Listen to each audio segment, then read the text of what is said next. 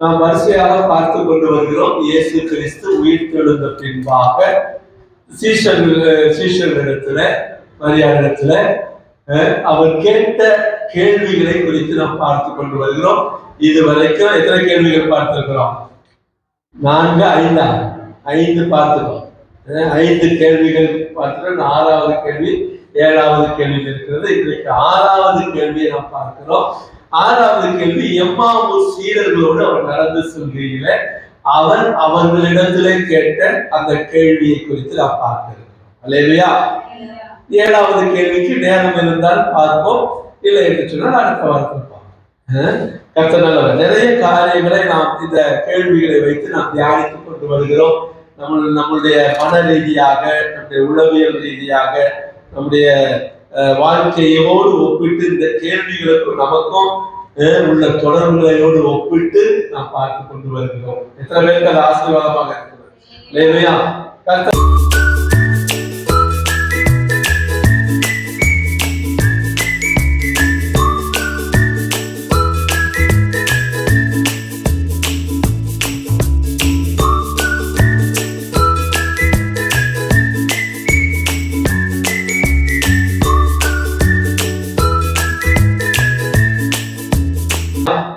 நல்லவர். இன்றைக்கு நம்ம ஆண்டவர் கேட்ட கேள்வியை நாம் பார்க்கிறது, நீங்கள் ஏன் துக்க முகமாக இருக்கிறீர்கள்? இல்லையா? பக்கத்துல கொஞ்சம் திருப்பி பாருங்க. துக்கமா இருக்கிறாங்களா, சந்தோஷமா இருக்கிறாங்களா? கொஞ்சம் பார்த்து சொல்லுங்க. பார்க்க மாட்டேங்க. நானே துக்கியாவது யாரும் பார்க்க பாக்குறீங்களோ? இல்லையா? ஏன் துக்க முகமாக இருக்கிறீர்கள்? இந்த கேள்வியினுடைய பின்னணியை நம்ம பார்க்கிறோம். இந்த சூழலை பார்க்கிறோம். இந்த சூழல் என்ன? எம்மாவும் அவன் ஆண்டவருடைய சீடர்கள் ஒருத்தர் பேர் கொடுத்திருக்கு, இன்னொருத்தர் பேர் கொடுக்கல. கிளையோப்பா அப்படின்னு ஒருவர் பேர் சொல்லப்பட்டிருக்கு, இன்னொரு பேர் சொல்லப்படல. இந்த 2 பேரும் எருசலேமிலிருந்து எம்மாவு 6, 7, 8 மைல் தூரத்தில் இருக்கக்கூடிய எம்மாவு என்ற கிராமத்திற்கு சென்று கொண்டிருக்கிறார்கள். நடந்து போய்கொண்டே இருக்கிறார்கள், பேசிக்கொண்டே போய்கொண்டே இருக்கிறார்கள். அப்படி போய்கொண்டு இருக்கின்ற நேரத்துல அவர்களோடு கூட ஆண்டவராகிய இயேசு கிறிஸ்து வந்து இணைந்து கொள்ளுகிறார். இணைந்து கொண்டு அவர் அவர்களிடத்துல கேள்வி கேட்கிறார். இதுதான் நடக்கக்கூடிய நிகழ்ச்சி. இப்ப அந்த 2 பேரை நீங்க பாருங்க, அவங்க எப்படிப்பட்டவர்களாக இருக்கிறாங்க. அவருடைய மனசு ரொம்ப சந்தோஷமா இல்லை, மனம் உடைந்து போயிருக்கிறார்கள். அவர் இயேசுவினுடைய சீடர்கள். அவர் மனம் உடைந்து போயிருக்கிறார்கள். ஒரு நம்பிக்கையற்று போன நிலையில இருக்கிறாங்க. அப்படியே பேசாம எல்லாம் என்ன ஆயிடுச்சு? எல்லாம்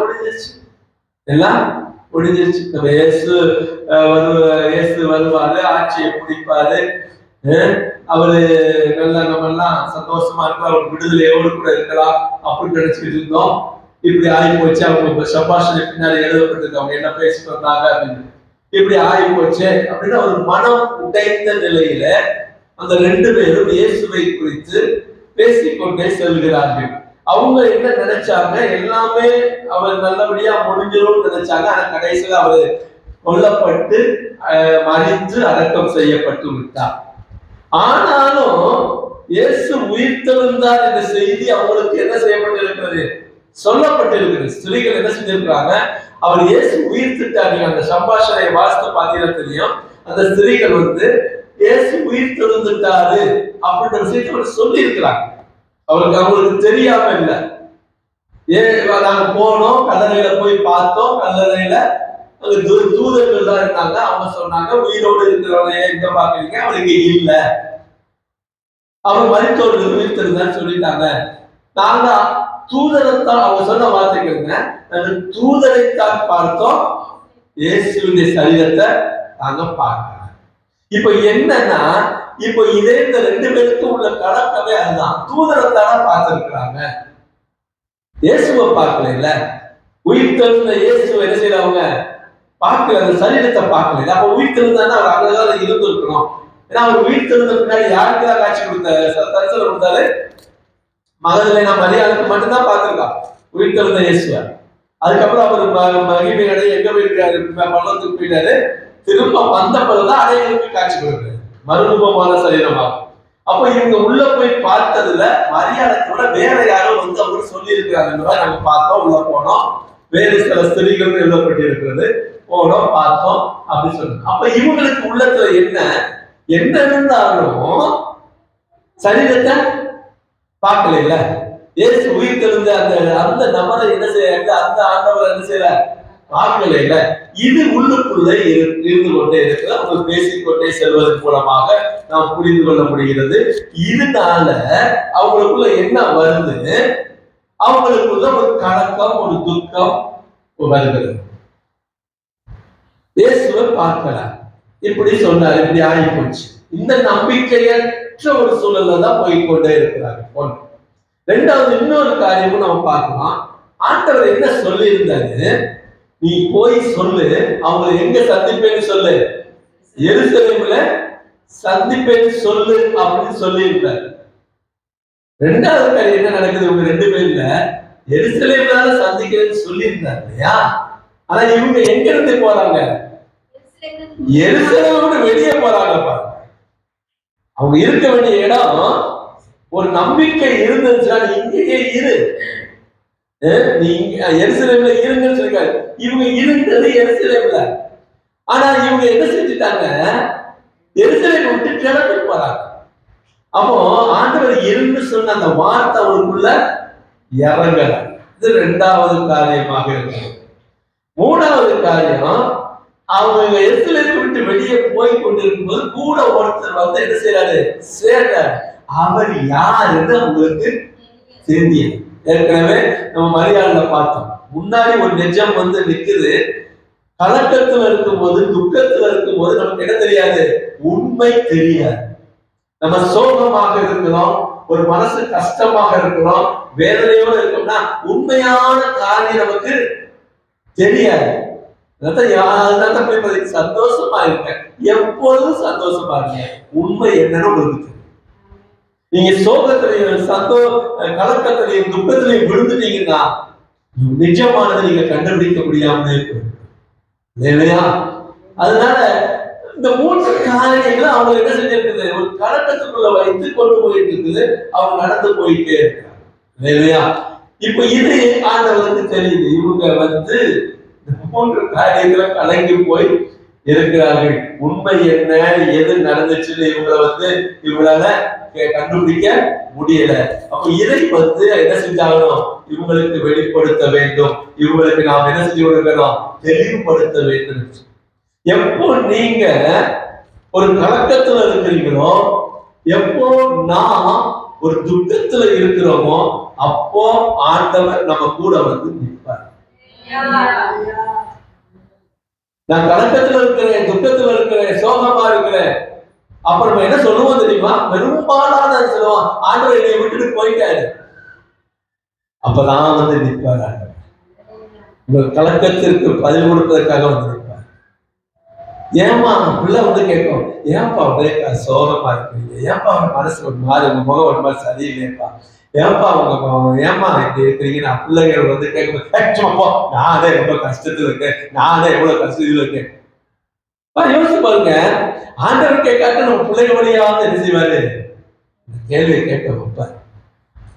அது நம்மளை மாற்றுவதற்காக, நம்முடைய காரியங்களை எல்லாம் வெளிப்படுத்துவதற்காக தேவன் யாராவது இன்னைக்கு என்ன உங்க முகம் இருக்கு, துக்க முகமாக இருக்கிறேன். ஏற்கனவே பழைய நம்ம யோசனை குறித்து பார்த்துருக்கோம். ஏன் துக்க முகமாக இருக்கிறீங்க, யாராவது ஒருத்தர் கேட்பாரு.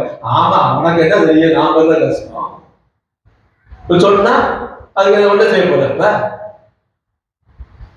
இந்த நிகழ்ச்சியிலிருந்து நம்ம என்ன செய்யணும், இந்த காரியங்கள் நம்ம மாற வேண்டும் என்று சொல்லி ஆண்டவர் அந்த கேள்வியை கேட்கிறார். அது இல்லையா?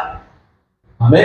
இப்ப ஆண்டவர் கேட்கிறாரு, என்ன ஏன் நீங்கள் துக்கமாக இந்த கேள்வி பார்த்தா நமக்கு எதுக்குப்பா கஷ்டப்படுற, ஏன்பா கஷ்டப்படுற அப்படின்னு கேட்கிற ஒரு சாதாரண ஒரு கேள்வியாக இருந்தாலும், நம்ம ஆண்டவர் அதை கேட்கும் போது அதுக்கு அதிகமான அர்த்தம் இருக்கிறது. சும்மா கேட்க மாட்டாரு ஆண்டவர் இல்லையா? எந்த கேள்வியும் சும்மா கேட்க மாட்டாரு. நம்ம இடத்துல ஆண்டவர் நமக்கு சில கேள்விகளை கேட்க நம்ம கொள்ளுக்குள்ளேயே தெரியும். என்ன செய்யற, இப்ப எதுக்கு இங்க வந்த, இப்ப எதுக்கு அங்க போன, இதெல்லாம் நமக்கு தெரியும். தெரிஞ்சாங்க ஆண்டவர் நம்ம கிட்ட வந்து நேரடியா பேச மாட்டாருன்னு நினைச்சிருவான். தள்ளி விட்டு ஆண்டவர் பேசுவார். பாருங்க, அவங்க இந்த கேள்வி பதில் அந்த ஏன் துக்க முகமாக இருக்கிறீர்கள் என்று கேட்பதற்கு முதல் நம்ம என்ன பார்க்கிறோம் அப்படின்னா, இந்த துக்கத்திற்கான, இந்த சோகத்திற்கான மூல காரணத்தை தேவன் வெளிக்கொண்டு வருகிறார். உங்கள்கிட்ட இருந்து உங்களுடைய துக்கத்திற்கான, சோகத்திற்கான அந்த மூல காரணம் இருக்கு பார்த்தீங்களா, அதை வெளிக்கொண்டு வர வேண்டும் என்று விரும்புகிறார். அதனால உங்கள்கிட்ட கேட்கிறார், ஏன் துக்கமா இருக்கிறார், ஏன் சோகமா இருக்கிறார். இன்னைக்கு ஆண்டவர் நேரடியா வந்து கேட்காவிட்டாலும் யாரையாவது விட்டு உங்களுக்கு இருக்கக்கூடிய துக்கமான காரியத்தை, துக்க சோகமான காரியத்தை வெளியே கொண்டு வர விரும்புகிற தேவனாக இருக்கிறார். இல்லையா? பாருங்க, அவங்க நினைச்சது இயேசு மரித்துட்டார், அந்த முடிவு மட்டும் அவங்களுக்கு தெரியுது. மற்றதுதான் சந்தேகத்துலதான் இருக்குது. அவர் உயிரோடு இருக்கிற ஸ்திரீகள் சொன்னாலும் அவங்க நம்பல. அப்ப ஸ்திரீகள் சொன்னதையும் வந்து அவங்க என்ன செய்யல, என்னது அவங்க சரீரம் இல்ல, சரீரத்தை பார்க்கலன்னு தானே சொல்லி இருக்கிறாங்க, அப்புறம் எப்படி நம்புறது? இப்போ இதுல என்ன நடக்குது அப்படின்னா, ஆண்டவர் எதை வெளிக்கொண்டு வர விரும்புகிறார் அப்படின்னா, சில சமயங்கள்ல சில காரியங்கள் நடக்கின்ற பொழுது நம்முடைய தவறான புரிதல், மிஸ் அண்டர்ஸ்டாண்டிங் சொல்லுவாங்க, நான் அதை தவறா புரிந்து கொள்வது, அல்லது என்னால புரிந்து கொள்ள இயலாத ஒரு நிலைமை இருக்கும். விஷயம் எனக்கு தெரியும், ஆனா அந்த விஷயத்தை நான் எப்படி புரிஞ்சுக்கிறேன், தப்பா புரிஞ்சுக்கிறேன். தப்பா புரிந்து கொள்ளுகின்ற பொழுது எனக்குள்ளே சோகம் உண்டாகிறது. நான் சொல்றது உங்களுக்கு புரியுதா? ஒரு காரியத்தினுடைய உண்மை நிலைமை தெரியாம அதை தவறாக நீங்கள் புரிந்து கொண்டீர்கள் என்று சொன்னால் உங்களுக்குள்ளே துக்கம் உண்டாகும். என்ன நடக்குது போது சொல்லியிருப்பாங்க, இது அப்படி நடந்துருச்சான், அதை கேள்விப்பட்டு முழுசு அந்த உண்மை நிலைமையை அறிந்து கொள்ளாம அப்படி ஆயிப்போச்சா, உடனே ஒரு சோகத்துக்குள்ள துக்கத்துக்குள்ள போயிருவீங்க. அப்ப முதல் காரியம், நம்முடைய துக்கத்திற்கு முதல் காரணம் எதுவாக இருக்கு, மூல காரணம் சொன்னா, ஒரு காரியத்தை நாம் தவறாக புரிந்து கொள்ளும் போது நமக்குள்ளே துக்கம் உண்டாகிறது. நான் ஏற்கனவே முதல்ல இருந்து சொல்லியிருந்தாங்க, சந்தேகப்படுகிறது, சூழ்நிலை இருக்கிறது, இந்த காரியங்கள்லாம். அப்ப இந்த சூழ்நிலையை பார்க்கிறாங்க, சரீரத்தை தானே பார்த்தேன்னு சொன்னாங்க, இது தேவதூதனை தானே பார்த்தேன்னு சொன்னாங்க, சரீரத்தை பார்க்கலையே. ஒரு மிஸ் அண்டர்ஸ்டாண்டிங். சரீரம் இல்லைன்னு சொன்னா அவர் உயிர் தெழுந்துட்டார் என்ற புரிதலுக்கு அவங்க என்ன செய்யல, போகல. ஏன்னா அவர் சொல்லியிருக்காரு, 3ஆம் நாள்ல உயிர் தெழுவேன்னு சொல்லியிருக்கிறாரு. அவர் சரீரத்தை பார்க்கலேன்ற ஒரு மிஸ் அண்டர்ஸ்டாண்டிங் அவங்க என்ன செய்யுது, சோகத்துக்கு உள்ளாக வருகிறது. இப்ப நாமளும் நம்மளுடைய வாழ்க்கையில சில சமயம் என்ன செய்யறோம்னா, சில ஆட்களை நம்புவோம்.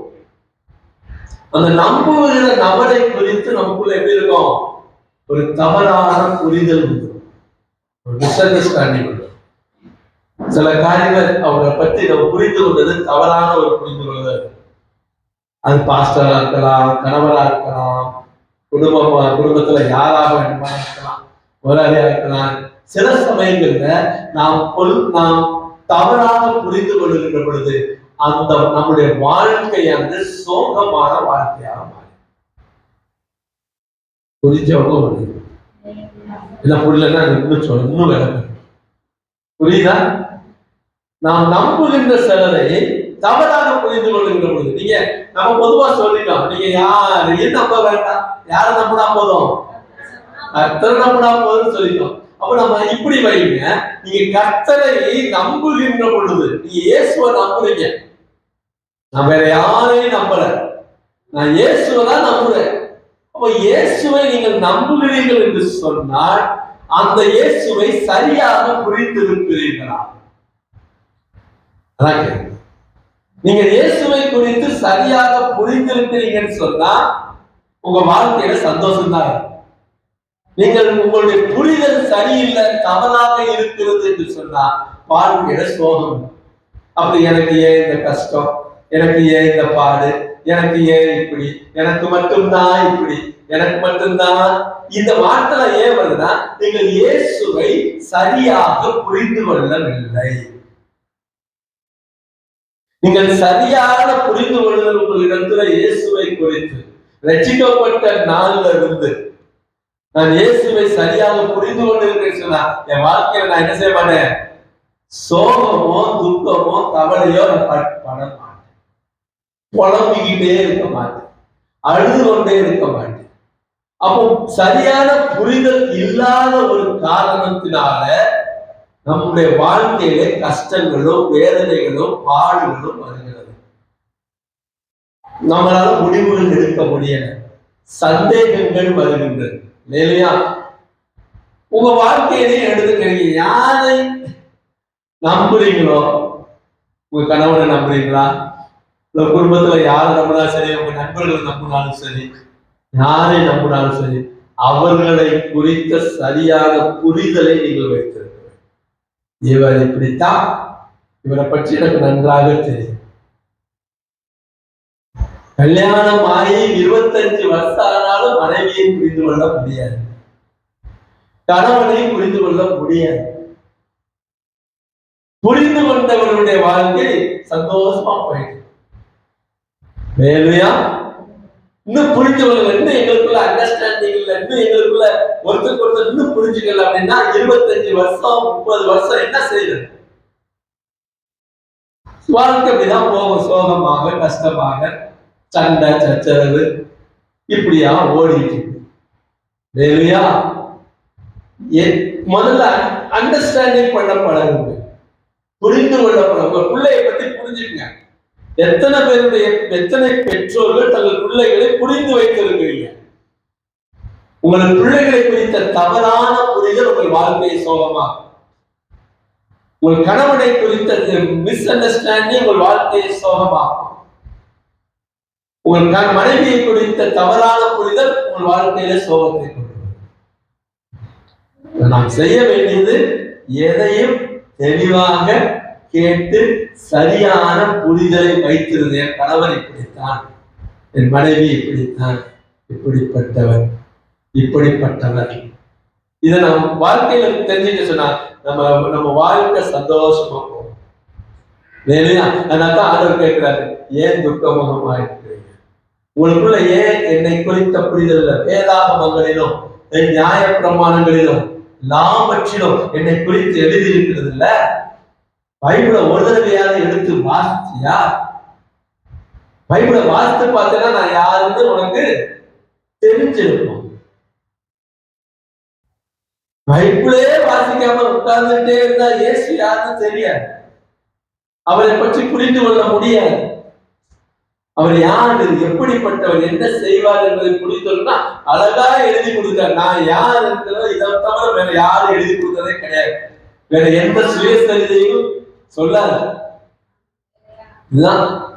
இத படிச்சத ஏசு யாருன்னு தெரிஞ்சு, அதனாலதான் பிசாசு என்ன பண்ணுவான், இதை படிக்கவே விட மாட்டான். வேதத்தை படிச்சாலே தூக்கம் வந்துடும். ஏன்னா நீங்கள் இயேசுவை புரிந்து கொண்டீங்கன்னா உங்க வாழ்க்கைய சந்தோஷமாவே இருப்பீங்க, துக்கம் இருக்காது. தினமும் ஒரு வார்த்தை நான் வாசிக்கிறேன், ஒரு அதிகாரத்தை வாசிக்கிறேன், அன்னைக்கு கூட சந்தோஷமா இருப்பேன். இது ஆண்டவருக்கு பிசாசு இதை பார்த்துட்டு தான் படிக்க விடுறது. அதே மாதிரிதான் நாங்க அடிக்கடி சொல்றது வெளிப்படுத்துற விசேஷமா அதுதான். வெளிப்படுத்துற விசேஷத்துல நம்ம ஆண்டவரை பற்றி தெரிந்து கொள்ளுங்க, அதே நேரத்தில் பிசாசு யாரு அப்படின்ற குணத்தையும் நம்ம ரசிச்சுடுவோம், தெரிந்து கொள்வோம், அவனை பற்றி புரிஞ்சுக்கிடுவோம். அதனால வெளிப்படுத்துற விசேஷத்தை படிக்க விட மாட்டான், அது புரியாதுன்றோம். லேலுயா லேலுயா. அதனால ஆண்டவரை பற்றி எத்தனை பேர் நல்லா புரிஞ்சு வச்சிருக்கிறீங்க? அப்படின்னா எத்தனை தடவை பைபிளை வாசிச்சிருக்கீங்கன்னு கேள்வி. ஒரு தடவை வாசிச்சுட்டு நமக்கு நல்லா தெரியும் அப்படி சொல்ல முடியாது. மாங்கு பிளஸ் டூல படிச்சு அப்படி மார்க் வர மாட்டேங்குது, ஒண்ணுமே புரியல பாஸ்டர், ஒண்ணுமே தெரிய மாட்டேங்குது. இந்த உலகத்து புத்தகத்தை படிக்கும் போதே ஒண்ணும் புரிய மாட்டேங்குது. அவர் அவங்க சீக்கிரத்துல புரிந்து கொள்ள முடியாது. திரும்ப திரும்ப திரும்ப திரும்ப நீ நேற்று வாசிக்கும் போது ஒரு புரிதல் இருக்கும், இன்னைக்கு வாசிக்கும் போது அதே வசனம் வேற மாதிரி இருக்கும். ஒரு இடத்துல அதனால சொல்லுவாங்க, இருபுறமும் கருப்புல பட்டயம். இப்படியும் பயன்படுத்திக்கலாம், அப்படியும் பயன்படுத்திக்கணும். நீ இயேசுவை எப்படியும் பயன்படுத்திக்கலாம். அல்லேலூயா சொல்லுங்க. ஆமென் ஆமென். இப்போ இந்த புரிதல் நமக்குள்ள வந்துருச்சுன்னா நம்ம வாழ்க்கையில சந்தோஷம் வந்துடும். இதை கற்றுக் கொடுப்பதற்கு ஆண்டவர் கேள்வி கேட்கிறாரு, ஏன் துக்கமுகமாக இருக்கு? உங்களுக்குள்ள என்ன இல்லை? ஒரு அண்டர்ஸ்டாண்டிங் இல்லை, ஒரு புரிதல் இல்லை. சூழ்நிலையை பார்த்துட்டு என்ன செஞ்சுட்டு இருக்கிறீங்க? கலங்கி போயிருக்கிறீங்க. புரிஞ்சுக்கணும் இல்லையா? இன்னொரு காரியத்தை பார்க்கணும். இயேசு என்ன செய்யறாரு? நம்ம கூட அவங்க கூடயே நடந்து வர்றாரு. முதல்ல அவங்க பேசிட்டு இருக்கிறாங்க, அவங்க கூட சேர்ந்து கொள்கிறார். சேர்ந்து கொண்டு அவங்க கூடயே நடந்து போறாரு. இன்னைக்கு அதான் செய்யறாரு. இன்னைக்கும் நம்ம போகும்போது, நம்ம பேசிக்கொண்டே போகும்போது அவர் என்ன செய்யறாரு? வந்து நம்ம கூட சேர்ந்துட்டு நம்ம பேசுவதை என்ன செய்யறாரு? கவனித்துக் கொண்டே இருக்கிறார். அல்லேலூயா. மல்கியால 3ஆம் அதிகாரம் அந்த கடைசி வசனத்துல வரும் மல்கியா புத்தகம். இருவர் பேசிக் கொள்வார்கள். அவர் பேசிக் கொள்வதை குறித்து இருக்கா? அப்பொழுது 14வது வசனம் 16. கர்த்தருக்கு பயந்தவர்கள் ஒருவரோடு ஒருவர் பேசிக் கொள்வார்கள். கர்த்தர் கவனித்து கேட்பார். கர்த்தருக்கு பயந்தவர்களுக்காகவும் அவருடைய நாமத்தை தியானிக்கிறவர்களுக்காகவும் ஞாபக புஸ்தகம் ஒன்று அவருக்கு முன்பாக எழுதப்பட்டிருக்கிறது. நம்ம பேசுறது எல்லாத்தையும் அவர் கவனிக்கிறார். யார் கவனிக்கிறாங்களோ கவனிக்கலையோ, யார் பார்க்கிறாங்களோ பார்க்கலையோ, யாருக்கு கேட்குதோ கேட்கலையோ, ஆண்டவருக்கு கண்டிப்பா கேட்கும். நான் இந்த கத்துக்கிட்டு இருக்கிறேன், நான் இவ்வளவு கத்துக்கிட்டு இருக்கிறேன், உனக்கு கேட்கலையா? நாயா கத்துறேன், நாய் பாசெல்லாம் எனக்கு தெரியாதுங்க. எப்படி நீ கத்துறது கேட்கணும்? நீ எவ்வளவு பேசினாலும் மற்றவங்களுக்கு கேட்குதோ கேட்கலையோ அவ்வளவு ஆண்டவருக்கு அவர் கேட்கிறார். கவனித்து கேட்பது மாத்திரமல்ல, எழுதி வச்சுக்கிறார். நம்ம தான் பிரசங்கத்தை கேட்போம், ஆனா எழுதி வைக்க மாட்டோம். ஆனா ஆண்டவர் அப்படி இல்லை. நீ சொல்றதெல்லாம் கேட்பாரு, எழுதி வச்சிருக்க. வாசிங்க 18வது வசனத்தை வாசிங்க. அவர்களில் ஒருவனாகிய கிளேயோப்பா என்பவன் பிரதியுத்தரமாக, இந்நாட்களில் எருசலேமில் நடந்தவைகளை அறியாதபடிக்கு நீர் அந்நியராய் இருக்கிறீரோ என்றான். பாருங்க, இந்நாட்களில் எருசலேமில் நடந்தவைகளை அறியாதபடிக்கு நீர் அந்நியராய் இருக்கிறீரோ. அவர் ஏன் சோகமா இருக்கிறீங்கன்னு கேட்டாரு. இவங்க என்ன சொல்றாங்க? உங்களுக்கு தெரியாதா? எருசலேம்ல நடந்ததெல்லாம் தெரியாதா?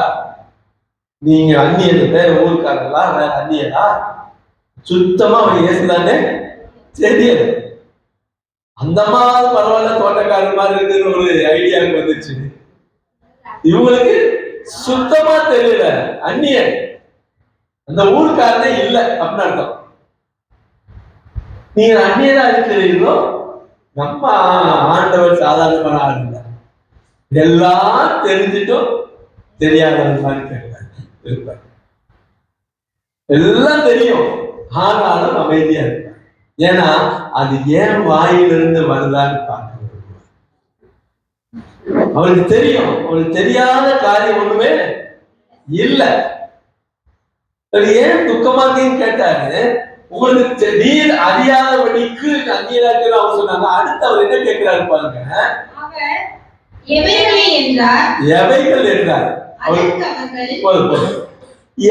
என்றார் அவர் தெரியாதா? அவர் எவ்வளவு வாதம் இருப்பாங்க. அதான் நம்ம வாயிலிருந்து வர வேண்டும் என்று தேவன் விரும்புகிறார். லேவியா சொல்லுங்க பக்கத்துல, நம்ம வாயிலிருந்து வரணும்.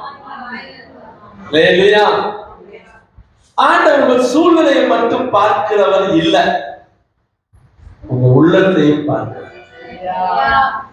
அவங்க வழிநெடுக நடந்து போயிட்டு இருக்கிறாங்க, அவங்களுக்கு தெரியலப்பா அவங்க என்ன பண்ணுவாங்க.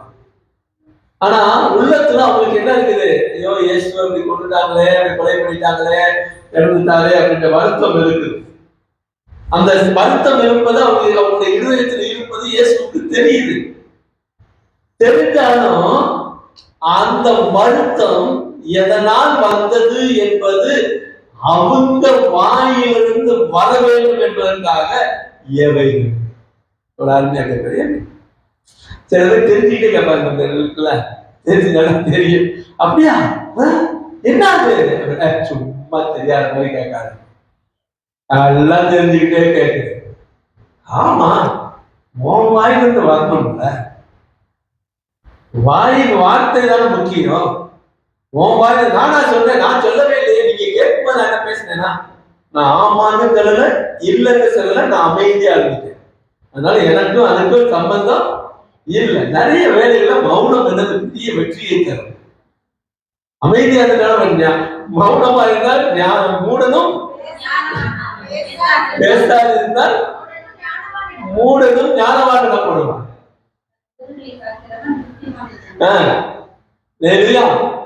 பாருங்க, அவரு தெரியாதவர் இல்ல, தெரியும். ஆனாலும் எவைகள் எதை குறித்து ஏன் எனக்கு தெரியாதுன்னு சொல்லல, அவரு எவைகளுக்கு வார்த்தை தான் கொடுக்கிறார்.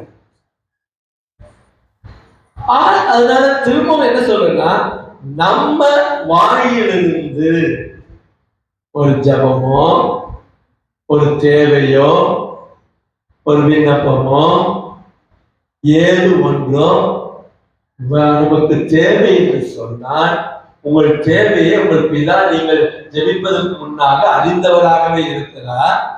இயேசுவானவர் அதை உங்கள் வாயிலிருந்து கேட்பவராக இருக்கிறார். என்னுடைய தேவைகளை நான் மனசுக்குள்ளேயே வச்சுக்கிட்டு வெளியில துக்கமுகமாய் காட்டுவதை தேவன் விரும்பல. நம்முடைய வாயின் வார்த்தைகளை இயேசுவின் இடத்திலே சொல்ல வேண்டும் என்று சொல்லி விரும்புகிறார். வாயை திறந்து என்ன செய்யணும்? ஜெபிக்க. நான் அண்ணாவை போல நான் தேவ சமூகத்தில் அப்படியே இருதயத்தை ஊற்றுறேன் அப்படின்னு உட்கார்ந்து இருக்கிறதில்ல.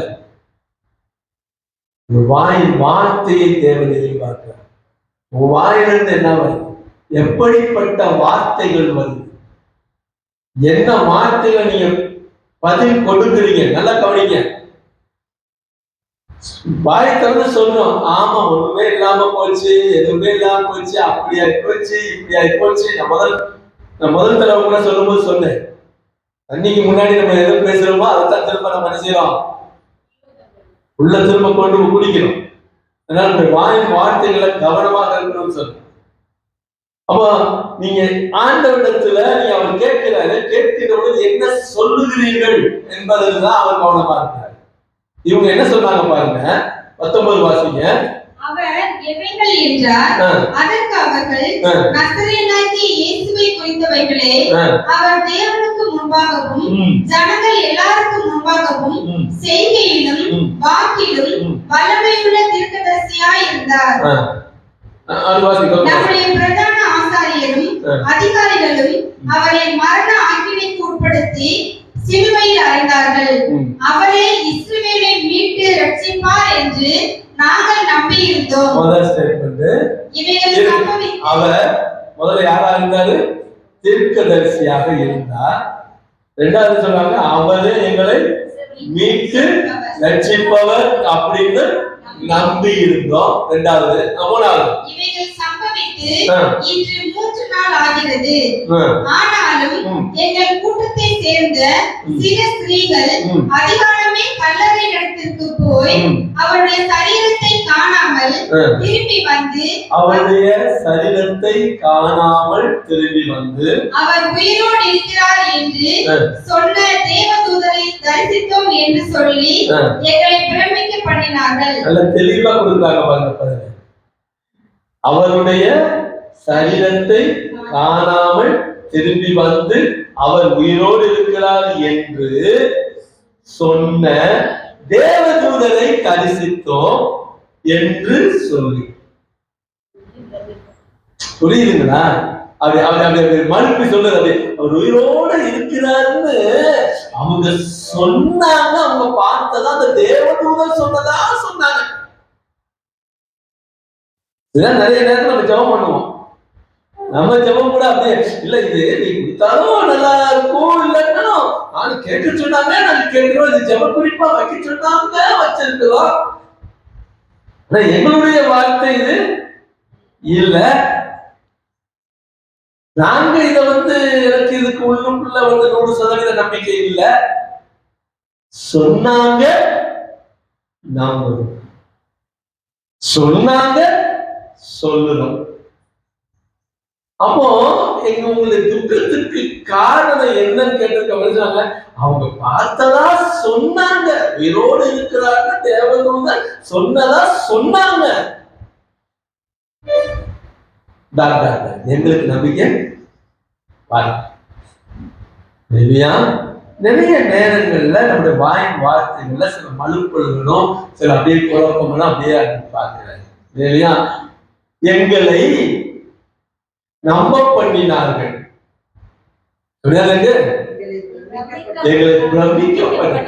எங்களுக்கு பிரமிப்பா இருக்கு. நாங்க நம்பிக்கை இல்லை. அவர் சொன்ன வார்த்தைகள் படியே எங்களை நம்ப பண்ணினார்கள் இல்லை, எங்களை பிரமிக்க பண்ணினாங்க, ஆச்சரியப்பட வச்சா. நாங்க பிரமிச்சு போயிட்டோம். 24 அப்பொழுது எங்களிலே சிலர் கல்லறை இடத்திற்கு போய் ஸ்திரீகள் சொன்னபடியே கண்டார்கள், அவரையோ காணவில்லை என்றார்கள். ஸ்டேட்மெண்ட் எப்படி முடியுது? பதில் அவரை காணோம். அவரை அது எப்படி இருக்கும்? ஒரு கேட்டுக்கிட்டு இருக்கிற ஆளுக்கு எப்படி இருக்கும் பாருங்க. ஒரு நிஜமா உயிர்த்தெழுந்து வந்து அவருக்கு உள்ளத்துல ஒரு ஆசை இருந்திருக்கும். சரி, இந்த மக்கள்லாம் நம்மளை பத்தி என்ன பேசிக்கிறாங்க, நம்ம உயிர்த்து வளர்ந்து விட்டோம், எவ்வளவு விசுவாசம் வச்சிருக்கிறாங்க, நம்ம தான் ஏற்கனவே அடிக்கடி சொல்லிட்டே இருக்கிறோம், நான் 3வது நாள்ல உயிர்த்தெழுந்து வந்துடுவேன், வந்து உங்களை திருப்பி கூட்டிக்கிடுவேன் அப்படிலாம் சொல்லி எல்லாம் சொல்லுவது. சரி, என்ன அந்த அம்மா தான் காலையில அந்த அம்மா தான் என்ன ஆயிடுச்சு, தோட்டக்காரன்னு சொல்லிவிட்டா, இவங்களாவது என்ன சொல்றாங்க பார்ப்போம் அப்படின்னு சொல்லி வீடு போனா நாங்க வர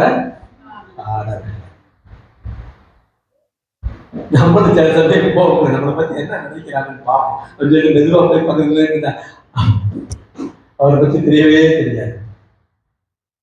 சுற்றி பாருங்க, இயேசுனுடைய அந்த இதை பாருங்க, சுற்றி சூழ அப்படியே அங்க பேரு என்னன்னா அவர் தெரியவே தெரியாதுங்கிறாரு. இங்கிட்டு இவங்க எப்படினாங்க, நாம நம்ப மாட்டோம், தோமான வெள்ளோடு பார்த்தாலும் நம்ம இவங்க நாங்க அவரை பார்க்கவே இல்லை, அவரை காணல இல்லையா? இன்னைக்கு நிறைய நேரங்கள் நம்ம வாழ்க்கையில இப்படிதான் கேள்வி கேட்டு கேட்டு ரொம்ப நொந்து போயிருக்கு இல்லையா? உயிர்த்தெழுந்த ஆண்டவரை நம்ம எந்த அளவுக்கு விசுவசிக்கிறோம்? இந்த கேள்வியெல்லாம் ஒருவேளை நம்மளை கேட்டிருந்தா நம்ம என்ன பதில் சொல்லிருக்கோம். இன்னைக்கு சொல்லுவோம், இன்னைக்கு நமக்கு எல்லா விஷயமும் தெரியும், இன்னைக்கு கரெக்டா சொல்லிடுவோம் இல்லையா? அப்போ ஒரு காரியம் ஆண்டவர் என்ன எதிர்பார்க்கிறாரு, நம்மிடத்திலிருந்து ஒரு காரியத்தை எதிர்பார்க்கிறார். என்ன நினைக்கிறாங்க, என்ன செய்யறாங்க, எதை பற்றி என்னை பற்றி தான் பேசிட்டு வந்தாங்க. ஆனா என்னை பத்தி என்ன பேசிட்டு இருக்காங்க, ஆனா என்ன நினைத்து கொண்டு பேசுகிறார்கள்? விசுவாசத்துல பேசுறாங்களா இல்ல அவிசுவாசத்துல இருக்கிறாங்களா? வந்துருச்சு. நீ சொல்லி முடிச்சோட என்ன சொல்லுவாரு பாருங்க, மந்த புத்தி உள்ளவர், மந்த இருதயம் உள்ளவர். ஒருவேளை நானும் கூட இவ்வளவு அற்புதங்களை கண்டிருந்தோம், இவ்வளவு வார்த்தைகளை கேட்டோம், இவ்வளவு தூரம் அவர் நடத்துவதை கண்டிருந்தோம். நான் வந்து சொன்னாங்க, ஆனா அவர் சரீரத்தை அவங்க பார்க்கல. இந்த பதில் நம்முடைய வாயிலிருந்து வரும் என்று சொன்னால் எவ்வளவு ஆண்டவர் திட்டுவார்னு பார்த்துக்கணும். உனக்கு என்ன எப்படி சொன்னாலும் உனக்கு புரியாதா? கண்ணிருந்தும் குருடர்களாய், காதிருந்தும் செவிடர்களாய். இல்லையா? அதான் அண்டர்ஸ்டாண்டிங். அந்த புரிதல் இருந்துச்சுன்னு சொன்னா அதில் எப்படி வந்திருப்பான்? அவங்க பார்க்கல, ஆனா நாங்க நம்புறோம்னு முடிச்சிருப்பாங்க. எப்படி முடிச்சிருப்பாங்க? ஆனா அவர் சொன்னபடியே உயிர்த்தெழுந்தான் நினைச்சிருப்பாங்க, முடித்திருப்பாங்க. இல்லையா? இப்போ ஒரு காரியத்துக்கு நான் இன்னும் கொஞ்சம் உள்ள கொண்டு போறேன். ஆண்டவர் நம்மகிட்ட என்ன எதிர்பார்த்தார்? என்ன எதிர்பார்த்தார் சொல்லுங்க. ஆண்டவர் என்ன எதிர்பார்த்தார்? அந்த கீழையோப்பட்டாரு சீரகட்டையும் பாம்பு சீரகட்டை என்ன எதிர்பார்த்தார்? என்ன சொன்ன வார்த்தைய விசுவாசிக்கிறாங்க.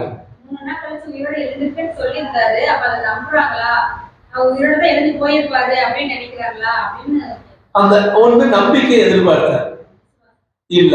ரெண்டாவது வேற என்ன எதிர்பார்த்திருப்பாரு? இவங்க நம்பினாலும் நம்பாட்டாலும் அவர் வீட்டில் இருந்தது உண்மை இல்ல. அப்ப வேற என்ன?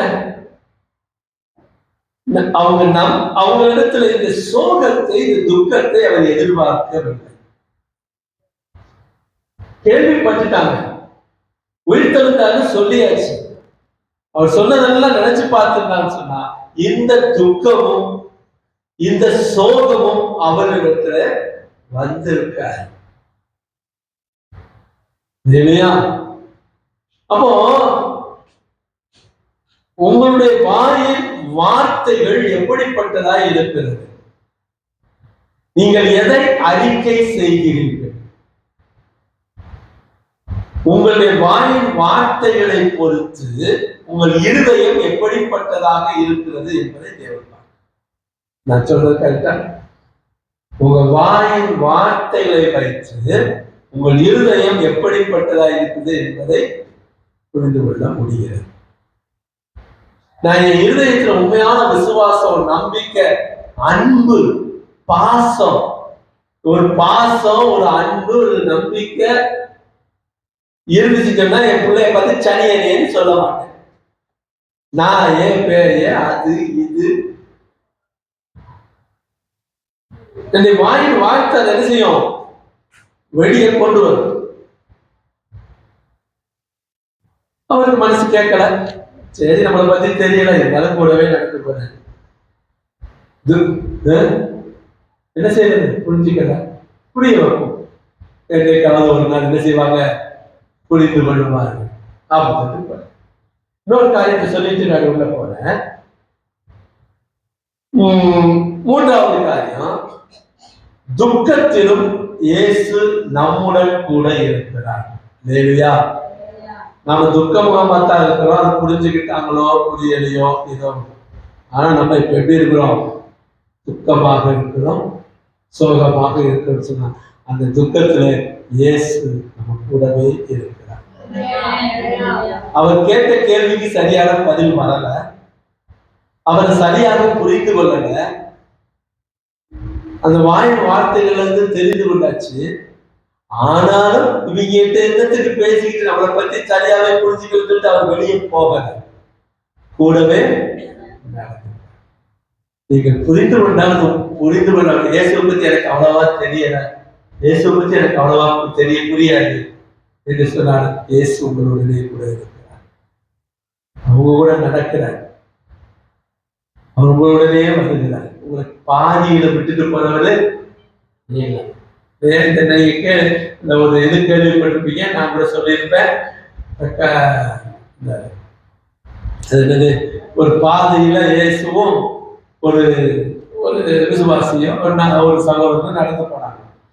நடந்து போயிட்டு இருக்கும்போது அந்த பையன் திரும்பி பார்த்துருக்கிறா. திரும்பி பார்க்கும்போது 4 கால் தடங்கள் இருந்திருக்கு. தெரியும், உங்களுக்கு தெரியும்.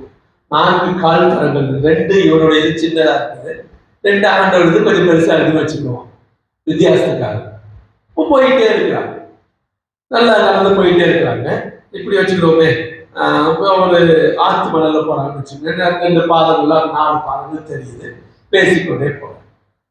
திடீர்னு கொஞ்ச நேரம் பார்த்தா ஒரே சகதி, கல்லு மண்ணெல்லாம் சகதியா கிடக்குது. அப்போ போயிட்டே இருந்துட்டு அவன் அந்த பையனுக்கு திரும்பி பார்க்கலாம். திரும்பி பார்த்தா 2 கால் தடை தான் இருக்கு.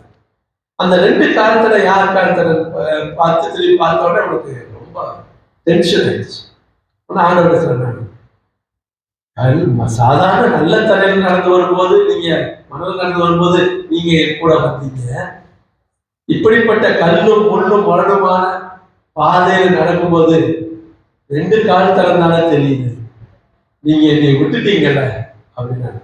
ஆனா நல்லா ஒத்துப்பாரு, அது என்னுடைய கால் தடம், உன்னுடைய கால் தடம். அப்புறம் நானு நீ உன்னை தோல்ல தூக்கி சுமந்து கொண்டு அந்த பாதை இல்லையா? உங்க துக்கமான நேரத்துல, உங்க கஷ்டமான நேரத்துல, சோகமான நேரத்துல, பலவீனமான நேரத்துல ஆண்டவர்களை தோல் மீது தூக்கி வைத்து நடத்துகிறார். அப்படிதான் இம்மாவுசியர்களோடு அவர் இருக்கிறாரு. அவங்க சோகத்துல போறாங்க, புரிஞ்சுக்கிட்டாங்களோ புரியலையோ, என்னை பத்தி தெரியல, அவங்களுக்கு நம்பிக்கை இல்லை, சந்தேகத்துலதான் இருக்கிறாங்க, பரவாயில்லை. ஆனால் ஆண்டவர் உங்களை விட்டு தனியே விட்டு போகிறவராக இல்லை, உங்களோடயே சேர்ந்து நடக்கிறவராக இருக்கிறார். எந்த சூழ்நிலையில ஆண்டவர் என்னை விட்டுட்டாரோன்னு நினைக்க வேண்டாம், உங்களுடனே கூட இருக்கிறார். அவர் கவனிங்க, 3 காரியங்களை சொல்றேன். 1, உங்களுடைய சோகத்திற்கான மூல காரணத்தை தேவன் தெரிந்து கொள்ள விரும்புகிறார். ஏன் அவருக்கு தெரியாதான்னு கேட்காதீங்க, தெரியும். உங்கள் வாயிலிருந்து அந்த வார்த்தை வருகிறதா என்பதை அவர் காண விரும்புகிறார். 2, 3வது, நீங்கள் நம்பவே இல்லை என்று சொன்னாலும், நீங்கள் அதை ஆண்டவர் புரிந்து கொள்ளவே இல்லை என்று சொன்னாலும், உங்கள் வாயின் வார்த்தைகளை நீங்க தெளிவாக வெளிப்படுத்தாவிட்டாலும் அவர் உங்களை விட்டு விலகாமல் உங்கள் கூடவே நிகழ்ச்சியாக. இதுல இன்னொரு காரியத்தை கொஞ்சம் ஆழமா சொல்லி நம்ம சரிங்களா? இப்போ இந்த சோகம் எல்லாருக்கும் இருக்கிறது, இருக்கா இல்லையா? எல்லாருக்கும் ஒரு சோகம் இருக்கு. ஏன் இந்த சோகம் வருது அப்படின்னு பார்த்தீங்கன்னா, சில நேரங்கள்ல நாம நினைப்பது தவறாகவும் நடப்பது உண்மையான நிகழ்ச்சி வேறாகவும் இருக்கும். கொஞ்சம் உள்ள இந்த சோகம் ஏன் வருது அப்படின்னா, நாம நினைக்கிறது தவறாக இருக்கும், ஆனா உண்மையாக நடந்திருப்பது வேறாக இருக்கும். இதனால சில சமயங்களில் உங்களுக்கு சோகம் வரலாம், துக்கம் ஏற்படலாம். அப்போ அப்படி வருகின்ற நேரத்துல 2வது காரியம், அவர்கள் வருகின்ற நேரத்துல ஆண்டவர் என்ன செய்ய விரும்புகிறார் என்று சொன்னா, உங்களை சிந்திக்க வைக்க விரும்புகிறார். கொஞ்சம் யோசிங்க.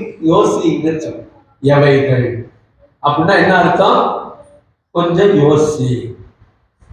கொஞ்சம் யோசித்து பாருங்க. எவைகள் நம்ம என்ன செய்வோம்? என்ன காரணம் அப்படின்னு யோசிக்கிறோம்ல, அதான் அந்த கேள்வி. அப்போ ஆண்டவர் ஒரு வார்த்தை தான் கேட்கிறாரு, எவைகள். சில சமயம் இந்த பொய் சொல்றவங்க நீங்க பாத்தீங்கன்னு சொன்னா, நம்ம கேட்கறதுக்கு முன்னாடியே அவங்க எல்லாத்தையும் சேர்த்து மொத்தமா சொல்லிடுவாங்க. ஏன்னா கேட்டா மாட்டிக்குவோம், அதனால எல்லாத்தையும் மாத்தி சொல்றதுக்கு ரெடியா வச்சிருக்கோம். நம்ம அப்படி இல்லை, நம்ம கொஞ்சம் சிந்திக்க வேண்டும். இந்த சிந்தனை, ஏன் என்னுடைய சோகத்துக்கு என்ன காரணம், என்னுடைய துக்கத்துக்கு என்ன காரணம்? இருதயத்தை என்ன செய்யணும்? ஆய்வு செய்து பார்க்க வேண்டும். சும்மா ரொம்ப கஷ்டமா இருக்கு, மனசுக்கு ரொம்ப கஷ்டமா இருக்கு, மனசுக்கு ரொம்ப என்னன்னே தெரியல, நீ கூட ஒரே கவலையா இருக்கு, ஒரே துக்கமா இருக்கு, என்னன்னே தெரியலன்னு சொல்வதற்காக ஆண்டவர் எவைகள்னு கேட்கல. ஏன் எனக்கு ஏன் இந்த சோகம் வந்தது, எனக்கு ஏன் இந்த துக்கம் வந்தது அப்படி கேட்கறதுல இப்படி கேட்க, நான் ஏன் துக்கப்படுகிறேன், இது சரியாக நினைக்கிறேன். நான் ஏன் துக்கப்படுறேன்? எனக்குள்ள ஏன் இந்த ஒரு சோர்வு எனக்குள்ள ஏன் வந்துச்சு? எனக்கு ஏன் இந்த கஷ்டம் வந்தது? உங்கள்கிட்ட கேட்கணும், அடுத்தவங்க கேட்கணும். உனக்கு தெரியுமா நான் எதுக்காக கஷ்டப்படுறேன்னு? உனக்கு தெரியுமா? உனக்கு தெரியுமா? நான் அடுத்தவங்க போய் கேட்கறது இல்லை. முடிஞ்ச பாரு கொஞ்சம் கஷ்டப்படுற மாதிரி தானே தெரியுது. எனக்கு நான் கேட்கிறேன், உள்ளத்துல மனசுக்குள்ள நீங்க என்ன நினைக்கிறீங்க? உங்க மனசுல என்ன நினைச்சுக்கிட்டு இருக்கிறீங்கன்றத நீங்க ஆராய்ந்து பாருங்க. ஆண்டவருக்கு தெரியும்.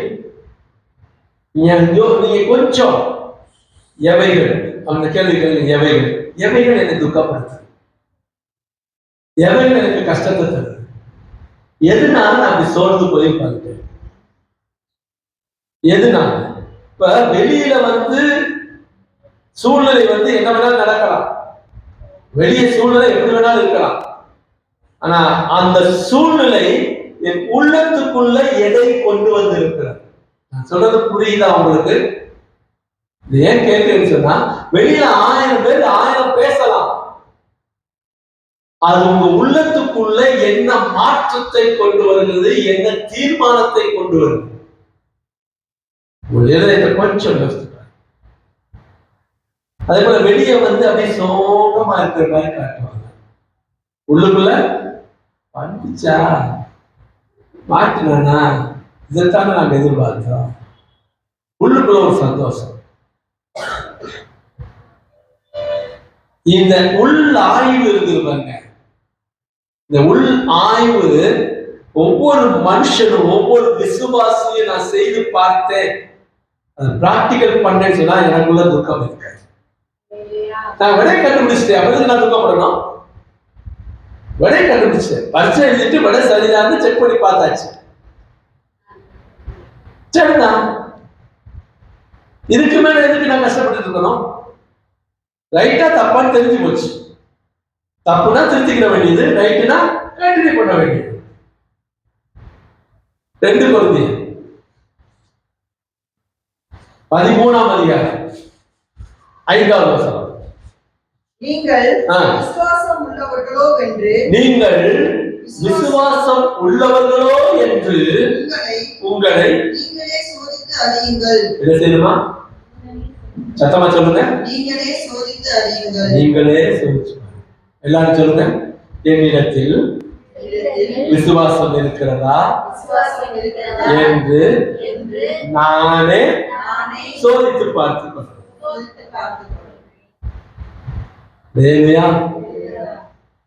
உங்களை நீங்க முதல்ல உங்களை நீங்க டெஸ்ட் பண்ணுங்க. ஆண்டவர் எவைகள் உங்க துக்கத்துக்கு காரணம் என்ன தெரியுமா? சோதிச்சு பாரு. சோதிச்சு பார்த்தா தெரியும். இதுக்கு மேல இந்த மாதிரி உள்ளுணர்வை சோதித்து பார்க்கறதுதான் இன்ட்ராஸ்பெக்ஷன். சுய பரிசோதனை. நல்ல சொல். சுயமா பரிசோதனை செய்திருக்காங்க. நல்லது. அப்போ நான் ஏன் இப்படி நினைக்கிறேன்? முதல் கேள்வி, நான் ஏன் இப்படி நினைக்கிறேன்? சில பேருக்கு ஒரு நினைப்பு உண்டு, நம்மளை தவிர எல்லாருமே நல்லா இருக்காங்க, நம்மளை தவிர எல்லாருமே சந்தோஷமா இருக்காங்க, நமக்கு தான் ஒண்ணுமே இல்லை. இவங்க முதல்ல கேட்க வேண்டிய கேள்வி, நான் ஏன் இப்படி நினைக்கிறேன்?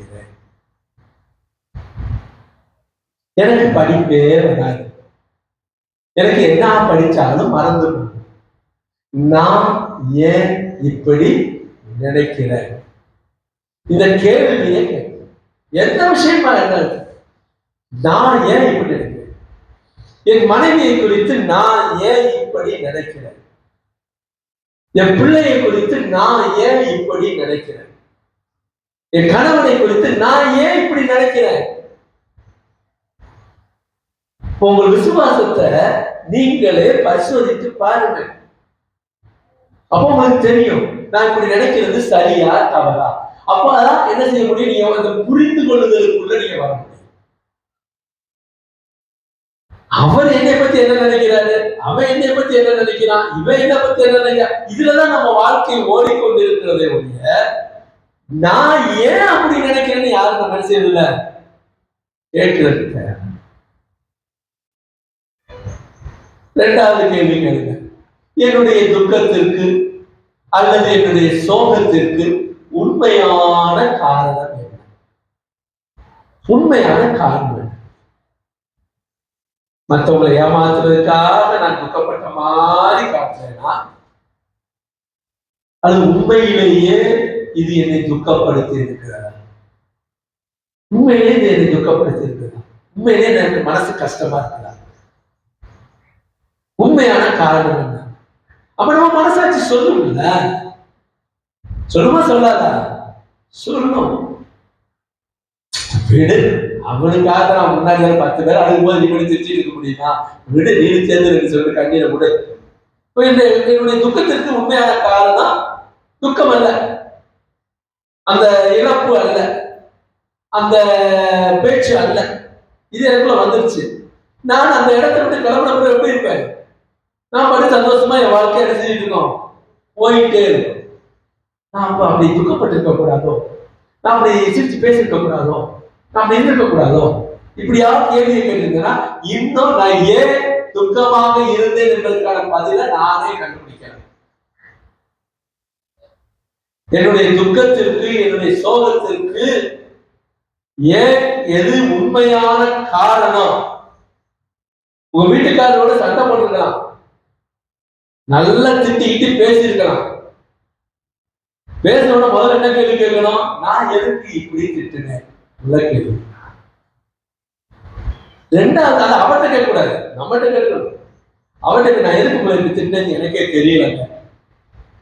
ரெண்டாவது கேள்வி, உண்மையான காரணம் என்ன? நான் அவரை திட்டுறதுக்கு உண்மையான காரணம் என்ன அப்படி பார்த்தோம்னா ஒரு காரணம் இல்லை. ஒண்ணுமே பிரயோஜனப்படாத ஒரு காரணம் இல்லை, ஒரு ரீசனும் கிடையாது. நான் என்ன செஞ்சிருக்கிறேன்?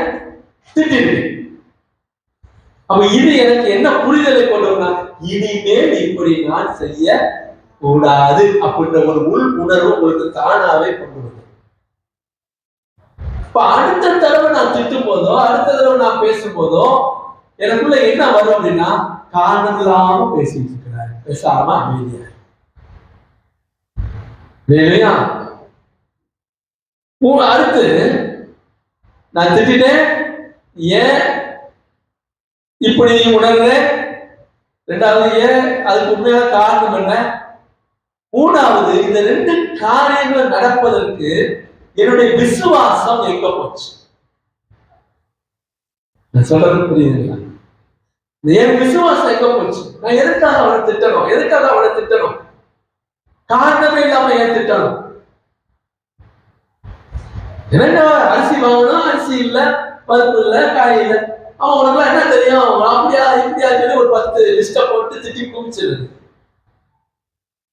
உண்மையான காரணம் கையில காசு இல்லை. அதை நாங்க அதுக்கு அடுத்து நான் யோசித்து பார்க்கிறேன், கையில என்ன இல்லை? பணம் இல்லை. அதுக்கு அடுத்து கொஞ்சம் உள்ள போய் பார்த்துன்னு சொன்னா என்னிடத்துல விசுவாசம் இல்லை. ஆண்டவர் போஷிக்கிறவர் என்னை எப்படியும் போஷிப்பார், என்னை நடத்துவாங்கிற விசுவாசம் இல்லை. அந்த விசுவாசம் இல்லாது வாயின் வார்த்தைகள் என்ன செய்யுது? வெளியே வருது, திட்டி குமிச்சது, எதிர்மாறான பேச்சுக்கள் பேச. இந்த விசுவாசம் உள்ள வந்து இருந்ததுன்னு சொன்னா நான் யோசித்து பார்க்கிறேன். தனியா அந்த ரூம் போட்டு யோசிப்பேன். எதுக்கும் ரூம் போட்டு யோசிக்கிறாங்க இல்ல? ஏன் ஐயோ நான் செஞ்சிருக்க கூடாதோ? இந்த மூன்றாவது நான் இதை பார்க்கிறேன், என்னிடத்துல விசுவாசம் அப்ப குறைவாயிடுச்சு. நான் இன்னும் விசுவாசத்தை என்ன செய்ய வேண்டியிருக்கு? அதிகப்படுத்த வேண்டியது. நான்காவது காரியம், இந்த என்னுடைய எண்ணங்கள் எல்லாம் தேவனுடைய சித்தத்தோடு ஒத்து இருக்குதா? இது தேவ சித்தமா? நான் திட்டுறது, நான் பேசுறது, நான் செயல்பட்டது, நான் நடந்து கொண்ட விதம், இது எல்லாம் தேவ சித்தமா? யோசித்து பார்த்தா நான் செஞ்ச ஒண்ணுமே தேவ சித்தம் இல்லை. தேவன் அப்படிப்பட்டவர் அல்ல. அந்த இடத்துல அவர் இருந்தா இப்படி பேசி இருக்க மாட்டாரு, அந்த இடத்துல அவர் இருந்தா இப்படி சொல்லி இருக்க மாட்டாரு. இது தேவ சித்தம் இல்லை. அப்போ இப்படிப்பட்ட ஒரு பயம், ஒரு சந்தேகம், ஒரு நம்பிக்கையின்மை, ஒரு விசுவாச குறைவு, இது எல்லாம் என்னிடத்துல உள்ள மறைந்து கிடக்கிறத பூரா நான் உள்ளாய்வு சுய பரிசோதனை செய்து பார்க்கின்ற பொழுது அந்த எவைகள் அப்படின்ற கேள்விக்கு ஒரு பதில் கிடைக்கும். நீங்க ஏன் சோகமா இருக்கிறீங்கன்றதுக்கு ஒரு பதில் கிடைக்கும். மூஞ்சி பார்த்தா கொஞ்சம் அப்படியே கஷ்டப்படுற மாதிரி தெரியுது, சோகமா இருக்கிற தெரியுது. அப்படியா அப்படியா இல்லையே, அதனால ஊழி அப்படி தட்டி மழுப்பிட்டு போனதுக்காக ஆண்டவர் கேட்டார். சீரர்கிட்ட கேட்டாரு, நாங்க பார்க்கல, உண்மை சொல்லிட்டாங்க. உண்மையான காரணம் என்ன? பார்க்கல. அப்ப அடுத்து என்ன வருது? அதுக்கடுத்து விசுவாசம் இல்ல. இப்ப விசுவாசம் இல்லைன்னா தேவ சித்தத்தின்படி அவங்ககிட்ட என்ன இல்ல, ஒரு ஒத்து போதல் இல்லை, தேவ சித்தம் அங்கு இல்லை. இப்ப ஆண்டவர் என்ன நினைக்கிறாரு? அடுத்து இந்த நாளையும் உங்களுக்கு என்ன செஞ்சாகணும்? புரிய வச்ச ஆகணும். நீ ஏன் சோகமா இருக்கிற? நீ ஏன் அந்த உண்மையான அந்த புரிதல் இல்ல, அண்டர்ஸ்டாண்டிங் இல்ல, உண்மையான அந்த நம்பிக்கை இல்ல, அந்த விசுவாசம் இல்லைங்கிறத புரிய வச்சு ஆகணும். அப்ப ஆண்டவர் என்ன செய்யறாரு? அப்புறம் போகிறவர் போல இல்லையா? அங்க போறவர் மாதிரி பாக்குறாங்க. போனாரா? போகிற அது ஒரு அரை மணி நேரம். அது இப்ப வேணாம். அது ஏன் அப்படி சொன்னாரு? அப்படி ஏன் காணப்பட்டார்? அப்படி ஏன் போனவர் அப்புறம் போகிறவர் போல ஏன் காணப்படணும்? ஒரே ஒரு சின்ன வார்த்தையில உங்களுக்கு சொல்லிக் கொடுங்க. நீங்க கூப்பிடுவீங்களான்னு எதிர்பார்க்கிறேன். ஏன் அப்படி போறவர் மாதிரி காணப்பட்டாங்கன்னா, நீ என்ன செய்யற? எங்க போறீங்க? வாங்க வந்து வீட்டுல இருந்து சாப்பிட்டு போவீங்களா? நீங்க மட்டும் போயிட்டு இருக்கிறீங்க அப்படின்னு கூப்பிடுவீங்களான்னு எதிர்பார்க்க. அதான் அவங்களுடைய சாதனை. அப்ப உங்களுடைய சோகமான நேரத்துல, உங்களுடைய துக்கமான நேரத்துல, உங்களுடைய புரிதல் இல்லாத நேரத்துல, உங்களுடைய பயத்தின் நேரத்துல ஆண்டவர் உங்களுக்கு எதை எதிர்பார்க்கிறாரு? நீங்கள் அவரை உங்கள் வீட்டிற்கு அழைக்க வேண்டும். உங்க கஷ்டத்துல, உங்க சோகத்துல, உங்க துக்கத்துல பாஸ்டர் வாங்க வந்து ஒரு ஜெபம் பண்ணிட்டு போங்க. சிஸ்டர் வாங்க வந்து ஜெபம் பண்ணணும். வீட்டுல ஒரு ஜெபத்தை போட்டுங்க, எல்லாம் மாறி போயிடும். அவனோ உங்களோடு கூட அவர் வர வேண்டும், அவரை அழைக்க வேண்டும் என்று சொல்லி தேவன் விரும்புகிறார். நீங்க துக்கத்திலேயே கடக்கணும் அவருடைய இது இல்லை. அதை உங்களுக்கு புரிய வச்சு அதன் மூலமாக கடைசி என்ன சொல்றாங்க? வாங்க ஐயரே, என்ன செய்யுங்க, எங்ககிட்ட வந்து நபி எங்களோடு தங்கி. நீ எப்ப உங்க வீட்டுல வந்து ஆண்டவனை தங்கிங்கன்னு சொல்றீங்களோ அன்றைக்கு உங்க துக்கம் மாறும், துக்கம் மாறிடும், கண்ணீர் மாறிடும். ஒரு வார்த்தை சொன்னார்.